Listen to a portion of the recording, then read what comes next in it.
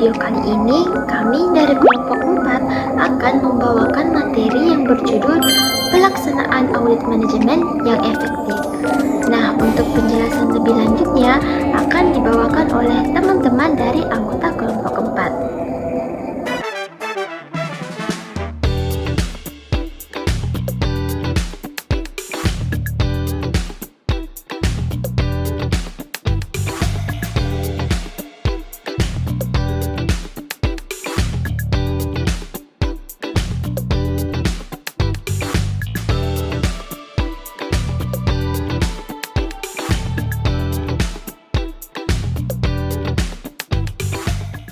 Jadi, kita akan membahas terkait pelaksanaan audit manajemen.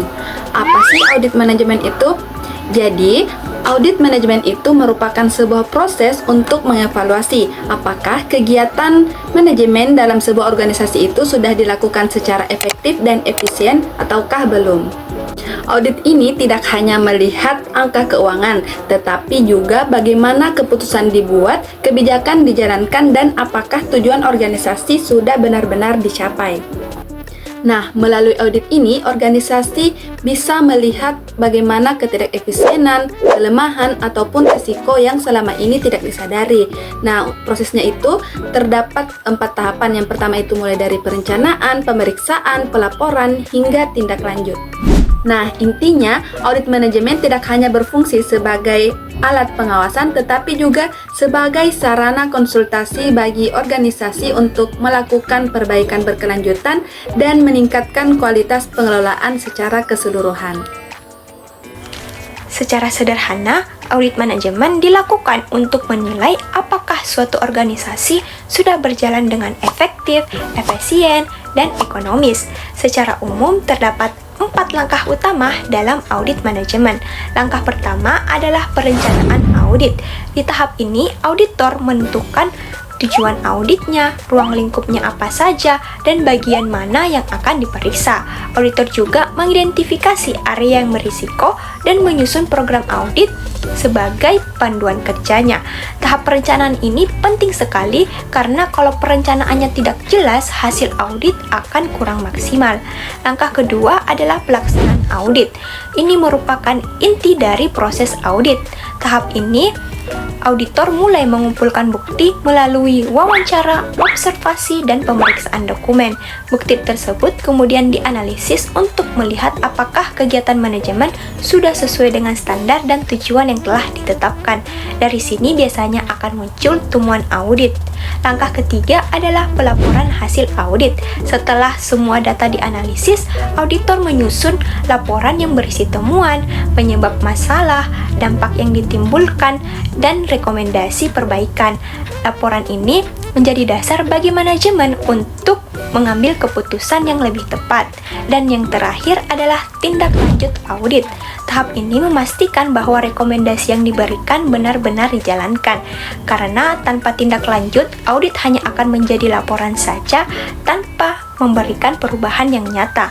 Jadi, keempat langkah ini saling berkaitan dan bertujuan untuk membantu organisasi memperbaiki kinerja secara berkelanjutan. Nah, dalam proses audit ada satu tahap di mana tahap ini adalah tahap yang sangat penting. Nah, tahap ini itu adalah tahap penyelesaian penugasan lapangan audit. Nah, tahap ini kenapa bisa dibilang sebagai tahap salah satu tahap yang sangat penting?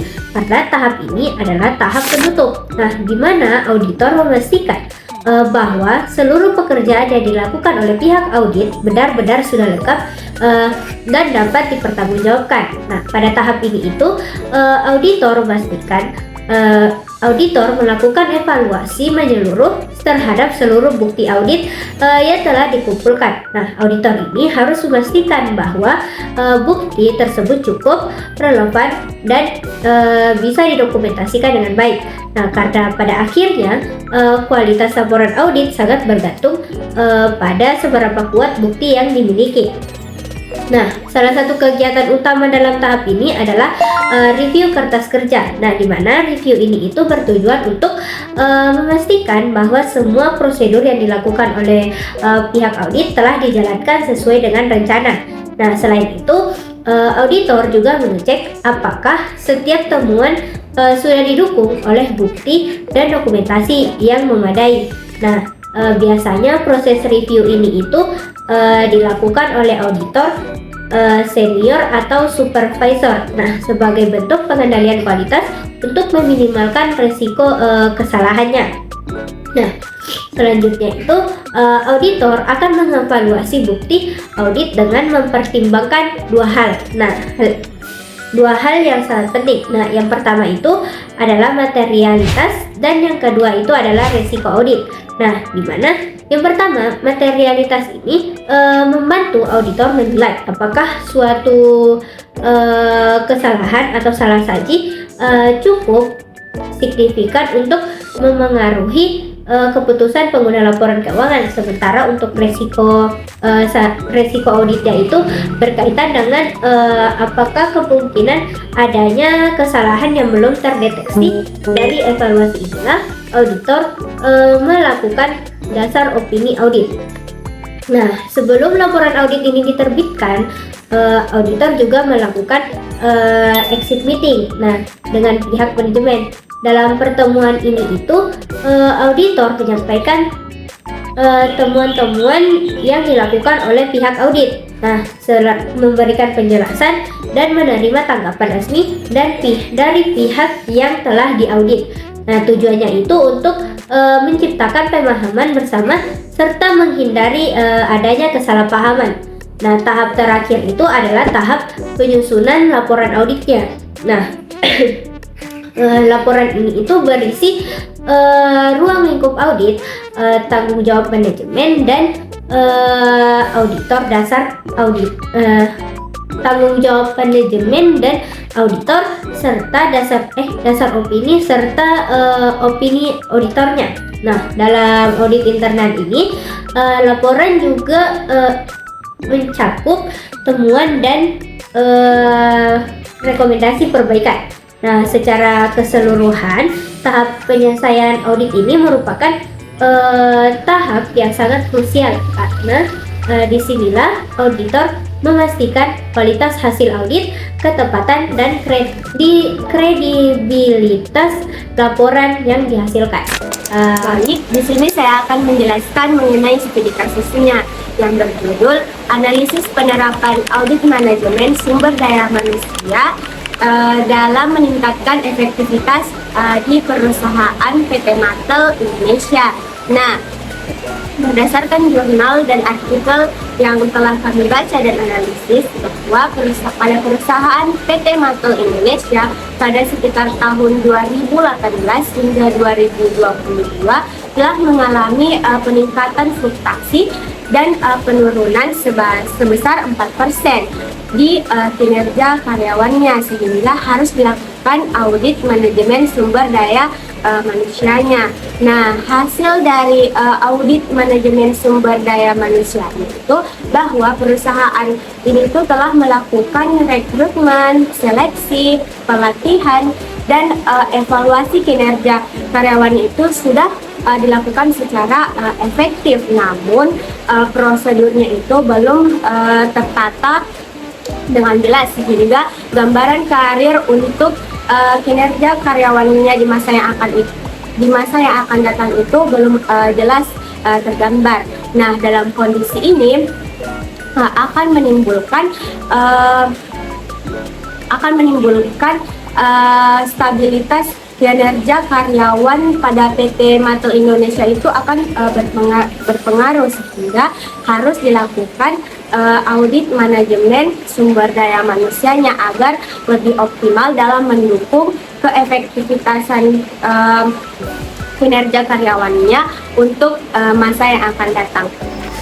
Nah, selanjutnya yaitu dampak yang dapat terjadi apabila audit manajemen sumber daya manusia tidak dilaksanakan secara optimal di PT Matel Indonesia, yaitu akan terjadi kelemahan dalam fungsi SDM seperti perencanaan tenaga kerja, pengembangan karir, dan evaluasi kinerja yang mana tidak akan terdeteksi sejak dini. Akibatnya, masalah yang ada akan terus berulang tanpa adanya perbaikan yang tepat. Selain itu, lemahnya audit juga dapat menyebabkan menyebabkan penurunan kinerja karyawan, yang mana karena perusahaan tidak mengetahui faktor penyebab umumnya produktivitas. Nah, kondisi ini berpotensi meningkatkan tingkat turnover karyawan karena kurangnya perhatian terhadap pengembangan dan kepuasan kerja karyawan. Adapun dampak lainnya juga yaitu ketidaksesuaian penempatan kerja, di mana karyawan ditempatkan tidak sesuai dengan kompetensinya atau latar belakang pendidikan mereka, sehingga efektivitas kerja menjadi rendah, dan juga manajemen dapat mengambil keputusan yang kurang tepat karena tidak didukung oleh data audit yang akurat. Nah, lemahnya audit manajemen SDM juga itu dapat menurunkan daya saing perusahaan karena pengelolaan sumber daya manusia yang tidak optimal akan menghambat inovasi, efisiensi, dan produktivitas perusahaan. Nah, studi kasus pada PT Metal Indonesia menunjukkan bahwa audit manajemen sumber daya manusia dapat membantu mengidentifikasi kelemahan dalam perencanaan tenaga kerja dan pengembangan karir, meskipun sebagian besar fungsi SDM telah berjalan efektif. Hasil audit tersebut juga memberikan gambaran bahwa penerapan audit manajemen yang baik mampu menjadi dasar pengambilan keputusan strategis dan mencegah dampak negatif seperti penurunan kinerja, tingginya turnover, serta ketidaksesuaian penempatan kerja. Dengan demikian, audit manajemen memiliki peran penting dalam menjaga stabilitas dan daya saing perusahaan. Nah, itu tadi penjelasan materi mengenai pelaksanaan audit manajemen yang dijelaskan oleh anggota kelompok 4. Sekian dulu video kali ini. Terima kasih sudah menonton.